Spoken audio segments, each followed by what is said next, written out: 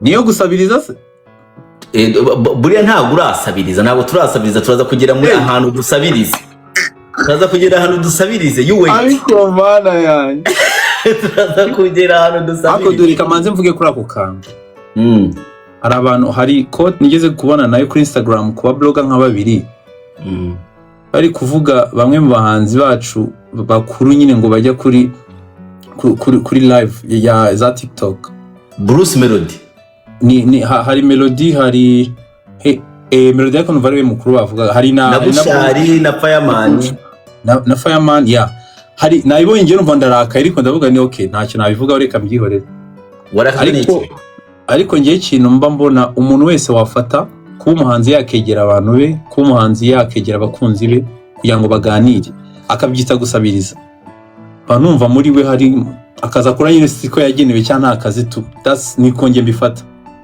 Niwabonaga ko ningo ndabwira abantu ngo tap ngo mumpe ubu ngubu mumpe oya umuhanzi uzakora biriya nabyo biriya ntabyo wakunze. Oya nanone ngo nkabivuga nkasabaraga cropinze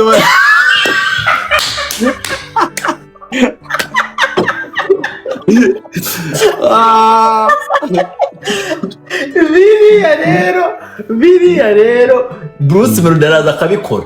Oya ntago bikora nk'uko bikoresha, sinzireba se wararuha ndazireba ariko ntago aza nkakura kwawe ugusobanurira Bruce aza agakina kuri ubikora kuriya mu kanya ubikoze ndabyanze noneho hari umuntu ikibazo cyane nagisasiye neza. Ubundi ikibazo ni iki ngiki. Yego. Uwitwa Pascaline we azaryanye. Kamvuga ibi bintu rero bwa nyuma sibyo?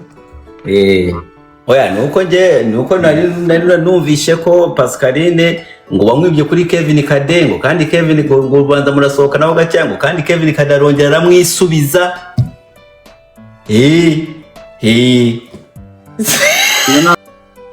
Ndakeka wari urimo. Mwasoye Flopiana iraflopinga. Manu ziko iflopinga aho kamubaze du. Skusetsa izi miliyoni 7 zirabure 2020 indimba ya flopinga zigira miliyoni 7 ni yahe? Ako manu ziko mutera ama blague mugatuma n'umuntu ugasanga ari umuntu muri comment waje ngo flop umanda biriwe nkamwana ariko umuntu ako kagamo ndabizi kababaza abahanzi uzi gukora indirimbo from scratch video audio kayisohora ukana umusaza araje ngo flop ugasanga ndumva ari barayita Flopiana ariko nanone umuhanzi utamenyereye ibyo bintu yanasara tu.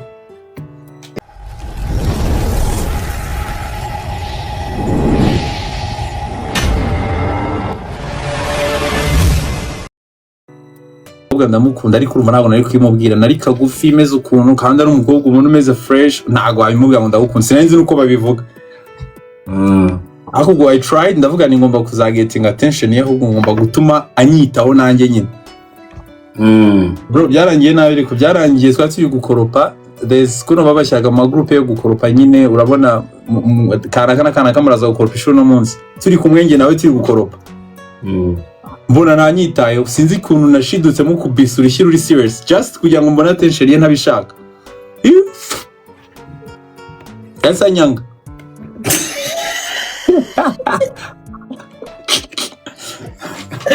Tamura twika ikikora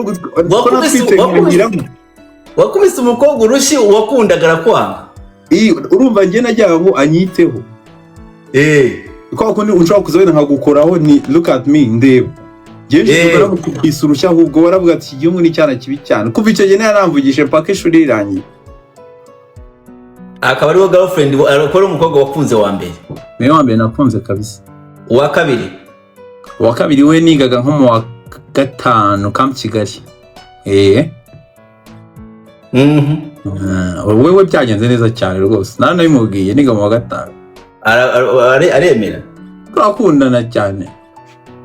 Murakundana cyane. Okay ntabwo ngiye okay.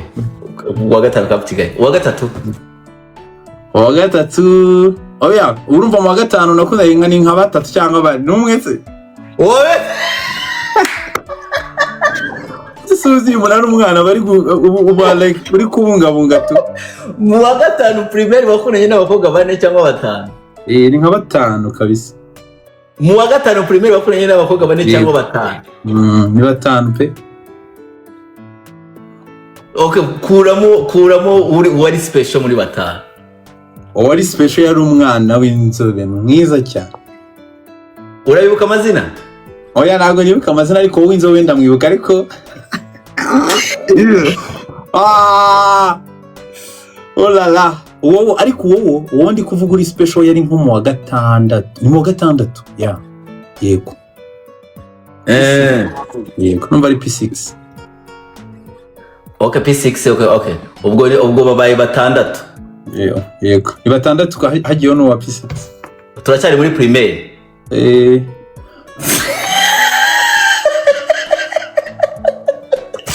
Batandatu muri primaire. Twinjira secondaire. Tronco mu wa mbere ho nagezemo ndi metre kabisa mvuga nti nta gukunda nta shuri. Muri secondaire. Niruba muri primaire narigiyemo cyane. Ndavuga rero you know what? Ibi nibyo byanjye ndavuga ni niba ndi ku ishuri ngomba kuba mfite girlfriend. Gusa nyine ni sinzi nyine numvaga ari byiza tu. So mu wa mbere primaire wari ufite girlfriend? Yego. Secondaire. Mu wa mbere secondaire wari ufite girlfriend? Yego. Aha mu wa kabiri yasigaye ari wa wundi. Ibuka neza. Yego niwe. Mu wa gatatu nibwo byahindutse. Mu wa gatatu hagiyemo uwundi. Hagiyemo undi. Ubu bamaze kuba bangahe? 8. Ubu bamaze kuba 8 muri Tronco. Muri Tronco hari umuntu bitabaho man like hari ukuntu nyine uba wumva ari nka fari ibintu ugomba gucamo nk'abana tu ntago ari uko zari izindi ngeso mbi cyangwa ibiki tu narabyikundira gato. Ntabwo zari ingeso mbi ni ibintu byazaga bikakugwirira. True. Ubu tuve muri Tronco tugende nyine aho urangize secondaire. PC nako secondary 6. Ndangije secondaire. Kuva muri Tronco no kujya muri senior 4, senior 5, senior 6. Rero senior 4 ndumva ari bwo ibintu by'imiziki byatangiye kuza. Natangiye kumva like ibintu rero by'inkundo z'abana byo nkumva biri kumvamo gake. Even life was being tough nyeka kariyo mpamvu nyine. Ubona ari ukuntu dushingano twatangiye kukuzaho nangira n'ugukura mbese nagira gukura nyine bikagenda bimvamo gake ariko still nabaga mfite backup. Wabaga ufite backup buri gihe? Yeah. Uribuka umunsi tubonana umukobwa wari uri kumwe nawe? Tugiye gukora challenge y'inana? Oya, aho mwari kumwe n'igikunsi cy'abantu benshi, mwari kumwe n'abadirani n'aba Rufendeke n'abanuza, mwari meze nka batayo nk'aba M23. Like hari umunsi wundi twabonanye uri kumwe n'umukobwa ku Kiriyo Chayanga. Yeah, I remember. Uramwibutse? Yego. Mwana mwiza cyane. Wari kumwibuka ntamukwibutse? Okay, nari mwibagiye simbeshya ariko nyine nuko ndibuka mu moment. Oya.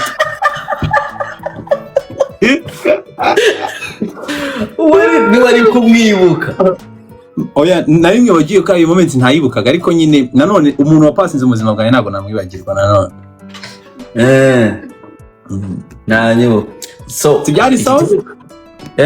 Karakana kacagamo kabisa karakantu kazema. I know.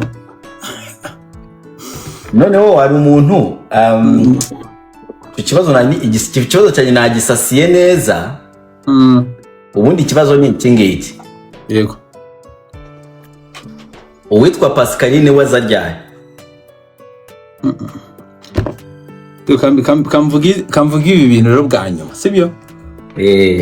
Urumva hari ukuboro abantu bari muri entertainment industry cyane muri muziki yacu kabyite gutwika twabigize nkaho nta birenze ntari kandi koko if you are an artist cyangwa urimo kuvugwa cyangwa kuvugana ibintu bishoboka ariko ngiye maze gusanga the more bagiye babivugaho nasanze none atari sawa kuko buriya at the end of the day twisanga twinjijemo abantu batari muri iyo industry atazi ukuntu ageze muri iyo saga atazi ukuntu like maybe biri no kumwafecta in one way or another wenda so rero icyo bintu nta kintu nigeze ntangaza urumva Chris kuva kera nyina nabwiyaga nti like my love story nzayitangaza a time nkuko akanya nkubwiye nti I feel like ndenda gukunda umuntu kabisa nuko byabimaze igihe bitambaho so umuntu wese umwana w'umuntu oya sha nangiye kuvuga akaye bateme yacu nawe ngo ndamwica roro ubundi bukunda ariko shaka arahava kabisa gusa ibyo nta bintu byigeze biba kandi tunavana amazina atari muri ibintu byacu none kwinjizamo abantu batabirimo agari fresh oya nuko nari numvishe ko Pascaline ngo bamwibye kuri Kevin Kade ngo kandi Kevin ngo Rwanda murasohoka naho gacyango kandi Kevin Kade arongera aramwisubiza iyo ntabwo byabaye man sinigera kugira ni stories nyine abantu making up ugasanga byabyaye ibindi nyine gusa nta kintu na kimwe kigeze kiba muri ibyo kabisa Pascaline ntabwo wigeze aba girlfriend wawe mama bari twega kuvuga amazina y'abantu kuko bamba bariye erega Pascaline afite aba followers 600 is a public figure no she is ariko I just mean nyine muri in my story uko turi kumuvugamo she's not there umva niyo history niyo story nari nkuzi niba ari n'icyabaye nuko nta kintu nigeze ntangaza nta kintu nifuje gutangaza tu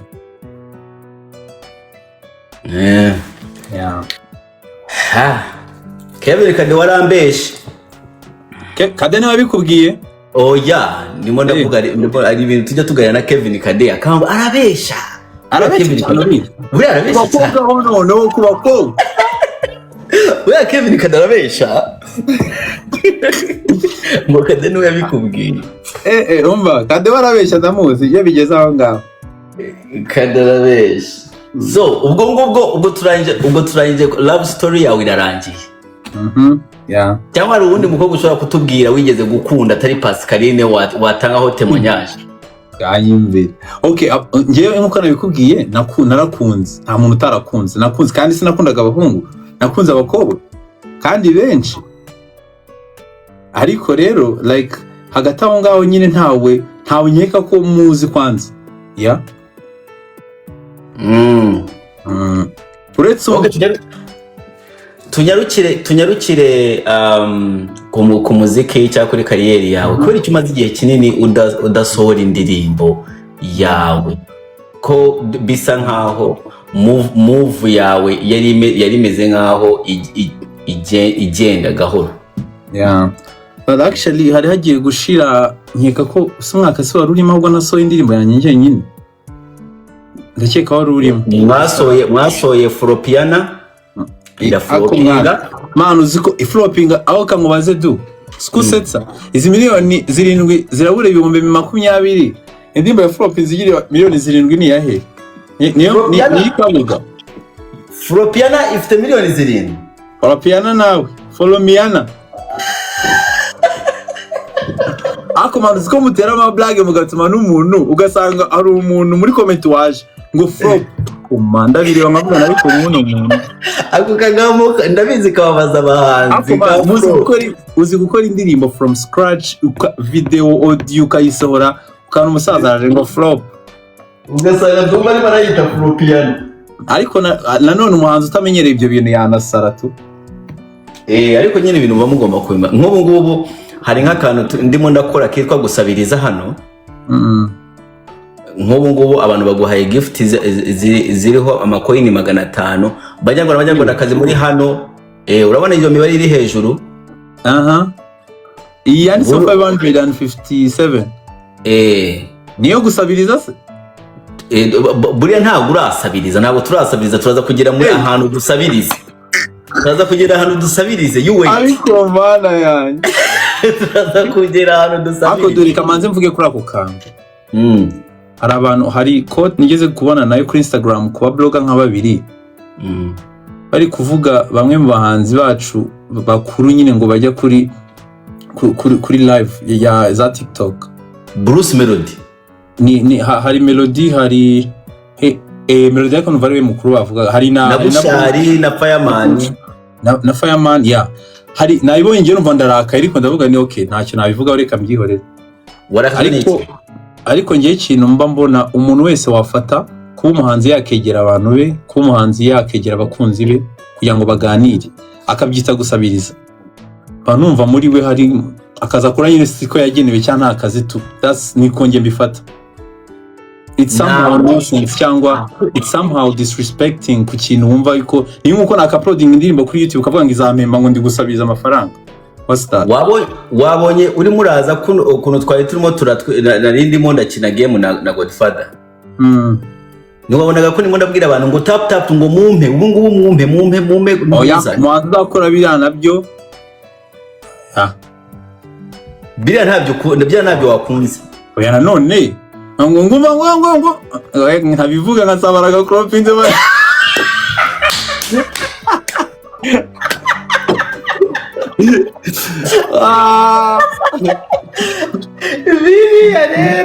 Biriya rero Bruce Melody araza akabikora. Oya ntago bikora bikoresho sinzireba se. Wararuha ndazireba ariko nagaza nkakura kwawe. Ugusobanurira Bruce aza agakina kuriya ubikora. Kuriya mukanya ubikoze. Ndabyanze none nda.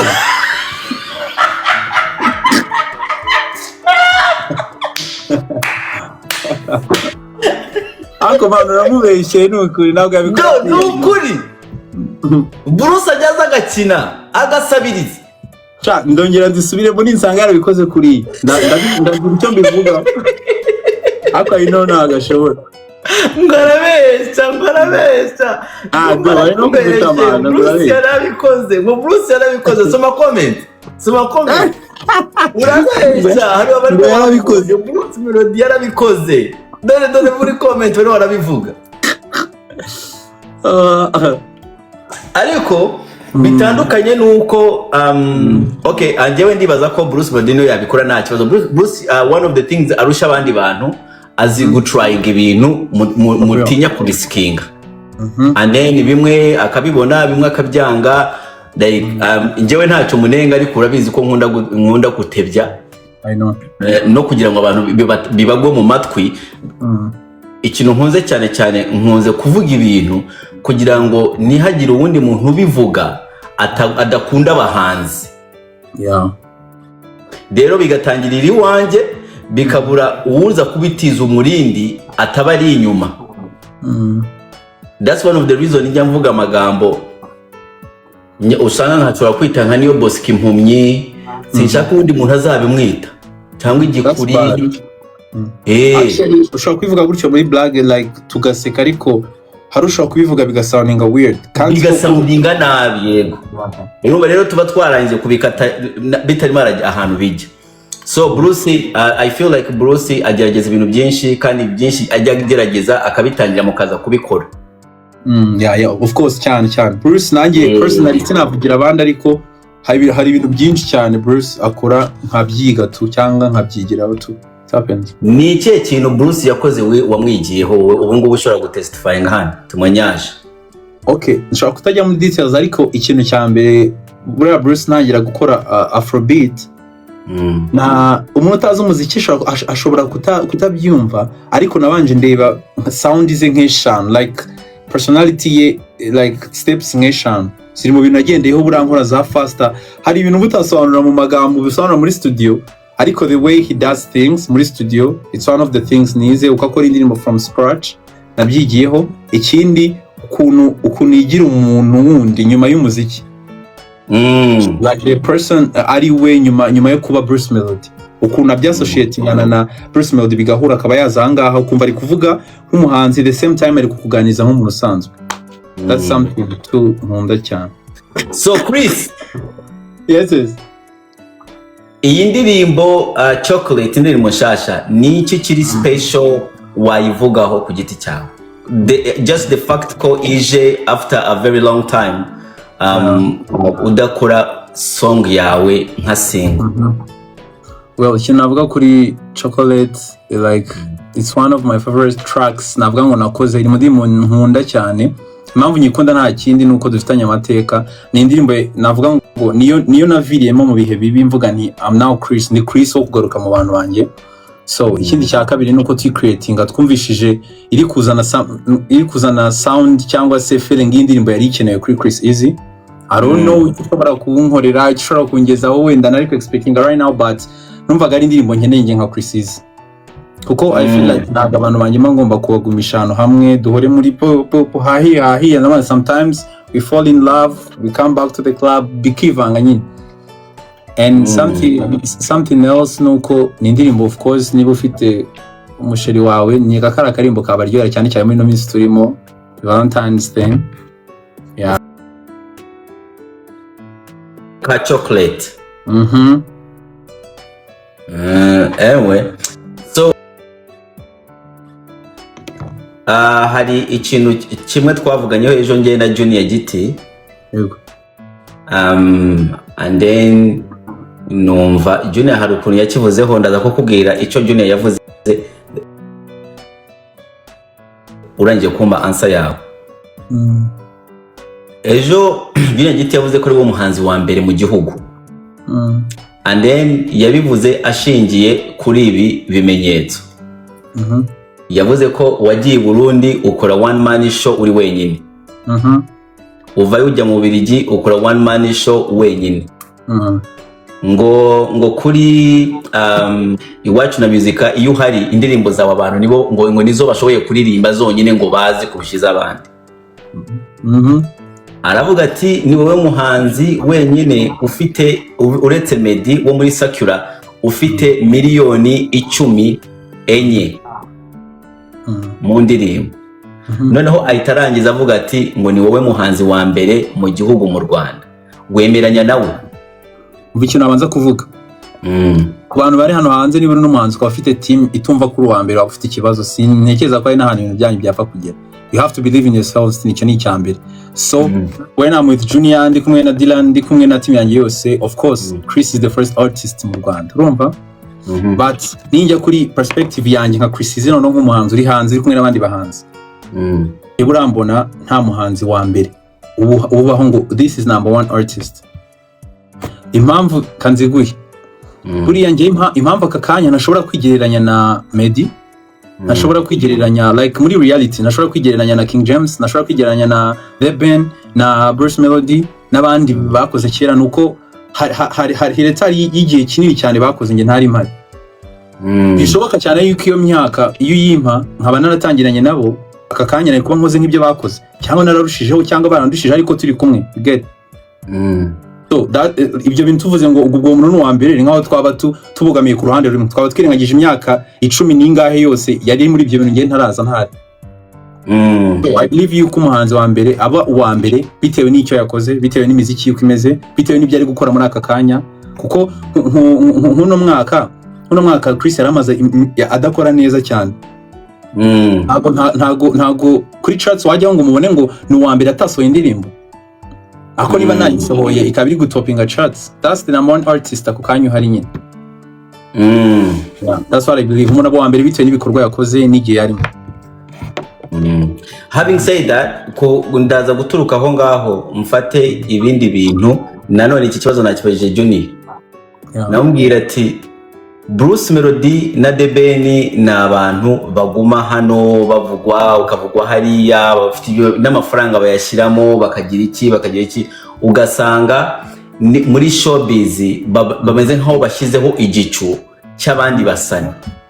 Uremera ko iterambere ryawe baba bafite uburyo bari limitinga kubera baguma bavugwa ahantu hose? Ntago mbyemera kuko yaba umuhanzi wese niba Bruce Melody na The Ben bari kuvugwa cyane ntago bikuraho Chris Easy ibyo ari gukora cyane ibyo ari gukora. Ahubwo ikintu navuga n'abahanzi batoya titukigere ndugashaka kwitsindagira ahantu bro. Abasaza bakoze ibintu imyaka 15 uri ko nkibere wowe urashaka kwituza ku kanya ngo toping ibyo bintu ntago bishoboka. That's the truth. Ahubwo ngiye ikintu mitanekiza nka Chris Easy mitamvuga na ese after that what am I gonna do? Shokora ndayikurayo kugira ngo yitiza itoping a chart. That's an example. icyo banikeza ko umwaka utaha actually niba nakoze ibikorwa biruta ibyabo I will be the one doing that instead of them. Abantu bari batangiye kuvuga ngo nawe ngomeze nka The Ben ngo uri umunebwe ngo iki niki. Ese uremera ko The Ben bavuga ko ari umunebwe? Ese bashingiye bavuga ngo n'umunebwe? Ngo kubite ngo imyaka ngo nk'ibiri badashoye indirimbo ngo akaza. Umuntu wari uri murambwira wari muransobanurira. Nandi kuvuga ni umuntu ushobora kwita umuhanzi umunebwe buriya ni nkawe aba blogger nakubwiraga bavuga ngo abantu ngo barasabiriza ngo melody ya Jeanne kuri live ngo ari gusabiriza. Ntago nemera yuko umuhanzi abo umunebwe kandi waramumenye. Ndumuzi ko buriya sireba hari indirimbo zijya ziba hit turazigira ariko ugasanga wowe ntuyikunda cyangwa ni umwana waje kubita igihit kirasaza abantu then from nowhere ukibaza si umwana yabigenje ati ngo yayiguyeho bro. Sinzi niba ujya mu studio ariko of course ujyayo nta muntu ushobora kugwa ku ndirimbo nziza nta ndirimbo igwaho ntago ari luck ni ugukora nyuma yo gukora hazamo n'umugisha w'Imana ariko bigendana no kuba wakoze. The Ben kuba ari hari yamaze imyaka 10 ninga ariko ari on top umuzi ntawe yagiye umuntu abo munebwe gute se wamara iminsi 2 udacuruza se mu iduka ryawe ntuhombe ngo usohoke impamvu atasohotse nuko ahari. Okay. Guys, njye muramwumvise Chris Easyway arahakana aravuga ko The Ben atari umunebwe. Ariko ngo wari waba muri umaze kuba uri kumwe muri studio na The Ben? Yego nk'inshuro nk'ebyiri cyangwa 3. Ariko baravuze ngo aruhavu. Ababivuze se bamukoreye indirimbo araruha. Ni Kizi wabivuze? Kizi? Kinyo. Okay, urani nganyumvi. Urani producer ntacyo narenza kuvuga ngo nabonye.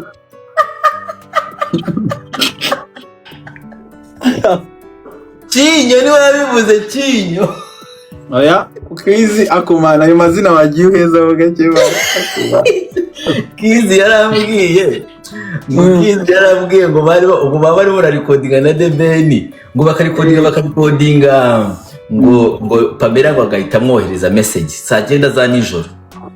Ngo agahita amwohereza message ngo bebe ngo The Ben ngo akayireba gutya ngo akaba nka texting ngo akayishiriza hari ngo Kizi ngo kukanya ngo bitanyamubwira ngo shiramo ngo recording ngo akarikora ngo kajya gushiramo ngo byanze ngo idakora ngo The Ben ngo Kizi ngo ngize agafatige gatoya bagafite ngo I'm gonna go check out.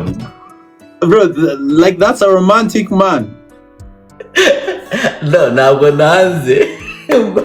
But niyo mama avuga ngo ruhavuba ngo kubera ngo ngize agafatige gatoya. Do you agree? No, whatever. Like kubera iki udafite collabo iri international? Nedushiremo Kiriko. Yego. Akoma, noze kuki wanje kuvuga gutyo. Nedushiremo Kiriko kubera iki udafite collabo itari international nta collabo iri international fit. Ya ntayo mfite gusa Chris Izari indirimbo afite muri studio z'abantu batarabinaha nk'ebyiri cyangwa 3 gusa ntago turanzura neza imikoranire kugira ngo zisohoke ariko soon or anytime barazibona tu gusa nyenga ko nta rush turiho we are doing good ariko gake tugenda twagura tu. Kubera iki inyuma mutagize icyo gitekerezo mu ndirimbo because you are a very big star right now. Yeah. Like kubera iki muri catalogue zawe hatarimo nk'abantu barenze like bo muri Uganda, Tanzania, whatever like Seba Diamond, Mario, Kenisol afite indirimbo na Mario, na Harmonize, Kevin Kade afite na Alikiba, niwe muntu wenyine adafite indirimbo n'umuntu uri international urenze nyine tu. Muri kariyeri yanyu kuko iki mutabitekereje? Chris mpamvu ibyo bitaraba ntago ari uko tutabitekereje twarabitekereje kandi turabibona yuko ari ikintu cyiza kibaye gusa twashatse kwigira first kugira playlist ya Chris izi hamye ishikamye imeze fresh cyane kugira ngo abone yambuka agende kandi nyekekeza ko bamubwiye ko zihari shuttle of already urumva ko twarabikoze ahubwo nuko tutarabimurikira abantu bacu. So hari collabo yo muri Tanzania, hari collabo yo mu Bugande niyo muri Kenya tutarakonfirminga fresh. Namenye yo mu Bugande yo muri Tanzania tukayihorera. Ndanze. nje nkayimenya tu ndayikubwira urayibwira mu gikari. Yeah, I will. Mumuhe. So having said that, I think njyewe I will thank you like umuntu ushize itafari rinini kuri kariyeri yacu. You have izo ndirimbo niba ufite miliyoni 10 enye bro, it's a very big thing. For real. Kandi I think nyine nka Junior Gitejo yararimo aravuga ati abanyarwanda iyo utivuze ntabwo bazakuvuga. Barabireba bakabyirengagiza ukajya gusanga barimo barakurutisha abandi bantu baje nk'ejo. So I feel njyewe I think ushatse wavuga ko uri umuhanzi wa mbere mu gihugu. Of course. Shobora kubitubwira se? Of course, Chris is the best artist. Like, he has Chocolate. It's now the #1 song on Audiomack within 2 days, 1 day and hours.